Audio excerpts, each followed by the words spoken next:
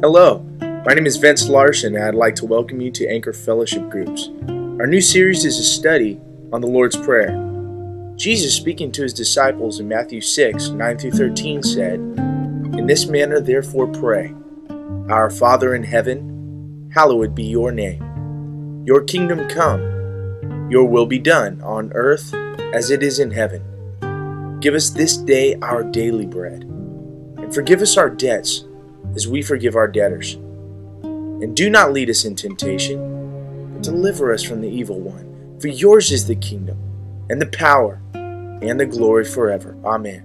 In this lesson, Brother Gutierrez will be discussing the third portion of the Lord's Prayer, in a lesson entitled, Our Daily Bread. They had been marching for quite some time now. Their feet were tired, their stomachs were empty. They had been slaves, but this did not seem to be much of an improvement. They were disillusioned. They were losing the battle for belief in their dream. In their frustration and exhaustion, they cried out for their God to do something. God answered his people through their leader, Moses. In Exodus chapter 16, verse 2-15, it says, "In the desert, the whole community grumbled against Moses and Aaron. The Israelites said to them, 'If only we had died by the Lord's hand in Egypt. There we sat around pots of meat and ate all the food we wanted. But you have brought us out into this desert to starve this entire assembly to death.' Then the Lord said to Moses, 'I will rain down bread from heaven for you. The people are to go out each day and gather enough for that day. In this way I will test them and see whether they will follow my instructions. On the sixth day, they are to prepare what they are bringing in, and that is to be twice as much as they gather on the other days.' So Moses and Aaron said to all the Israelites, 'In the evening you will know that it was the Lord who brought you out of Egypt, and in the morning you will see the glory of the Lord.' If you remember this story, you'll remember that God heard their cry for hunger and sent them manna from heaven. It would rain down once a day, every day except the Sabbath, and would only be good to eat for the day it rained down. The Israelites would run out of their camp with baskets to gather enough for just one day. But on the Sabbath, it would not rain. And Friday was the only day it would not spoil. So it would still be good to eat on the Sabbath, and the Israelites would be able to rest and not work. This is where the idea of daily bread came from. It was so impacting on the Jewish way of life that it still survives even till this day. God taught the Israelites a powerful lesson that Jesus echoes in his prayer. Father, give us enough for today. The implications of this lesson are so powerful for us here in America today. We are immersed in a culture that finds its identity in its many possessions. Many people we know try to drive the latest car and wear the coolest fashion as if these are the things that define them. We go in debt trying to impress people we don't even know. God, just give us enough for today. 35,615 people die every day across our world from starvation. That's one person every 2.5 seconds. 24 per minute. That's reality. Not our reality here tonight, but it is someone's reality right now.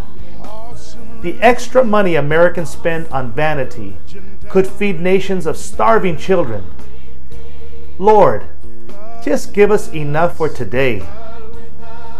Paul refers to this in Philippians chapter 4 when he says, I am not saying this because I am in need, For I have learned to be content, whatever the circumstances.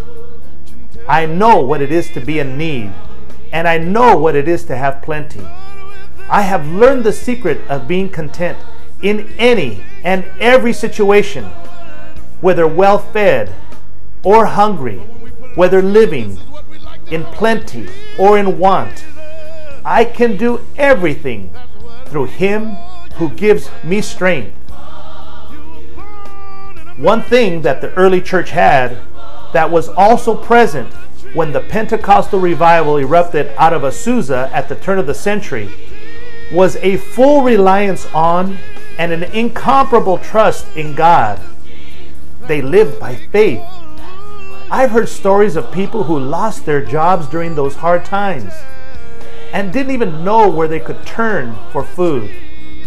But time after time, God never failed them, providing groceries on their doorsteps and people who blessed them unexpectedly and for no understandable reason. God, our Father, takes care of us and will provide our every need. Notice I did not say our every desire. He knows exactly what you need, and if you will put your trust in Him, He will not let you down. There are two major points to pull away from this lesson. Number one, do not focus on more than you need. The Israelites only took what they needed of the manna. They shared what they didn't need with those around them who had need. They focused on taking care of those in their midst that had need. Later, they left the corners of their fields and the extra of their crop for those in need. Instead of focusing on all the things we want, we should learn to be content with our needs being met. Then, when we do our part, we can. Number two, trust God to provide our daily bread. We can lean on Him to give us everything we need to live happily in this life. Remember, the Lord is our shepherd, and with Him as our shepherd, our Father and King, we will not want or lack anything. He is Jehovah Jireh, our provider. This is His covenant with us. When you pray this week, remember this lesson and pray for your daily bread.